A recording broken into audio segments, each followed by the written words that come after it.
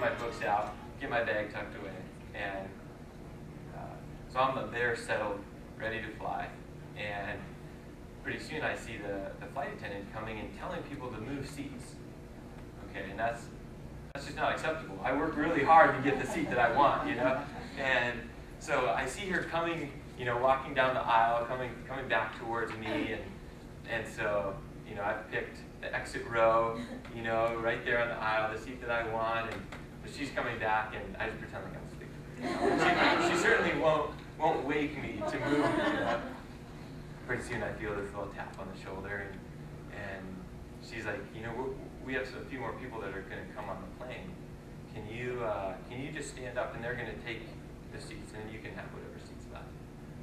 And I'm like, I just stood up and was like, yes, ma'am. And so I'm standing in the back of the plane waiting, and just thinking to myself, man, whoever's getting on this plane must be pretty important that they're, you know, just going to let them take whatever seats they want, and then the rest of us get what's left. And so pretty soon I see these two really big guys walking on the plane, and there's 4 seats left, and I'm thinking they're going to take all 4. I mean, these guys are big guys, like football type guys, and so they're walking on the plane, and then I see that there's a guy in between them.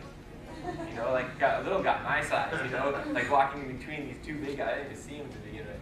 And they're walking on the plane, and they come back, and there's 4 seats left. They're the back 4 seats of the plane. And the first big guy takes the very back corner, and then they put the little guy in the window right in front of him, and the other big guy sits in the aisle right next to him. I'm like, man, I thought my situation was bad, but this guy is like crunched in between these huge guys. And I'm thinking, this is really odd. I've never seen anything like this before. And so I keep watching. I look down, and the little guy is handcuffed.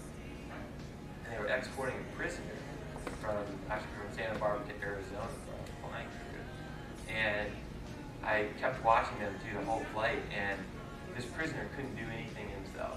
You know, he gets on the plane, someone has to take his stuff, put it away for him.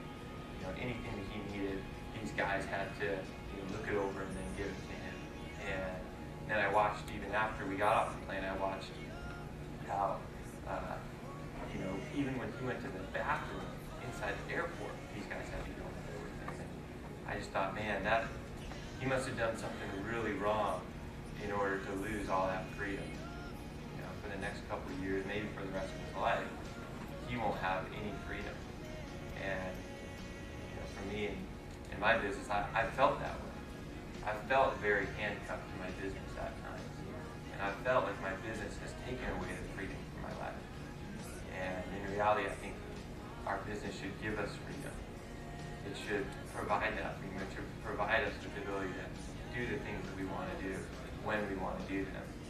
And so in thinking about that, and in thinking about, you know, later in life when I have a family, I don't want to have to tell my little boy that I can't go to any of his soccer games because I have a wedding every weekend. You know, my life is not about my business. It's about my life. And so, you know, just take some time if you haven't already, and you know, think about that, because that's what's important.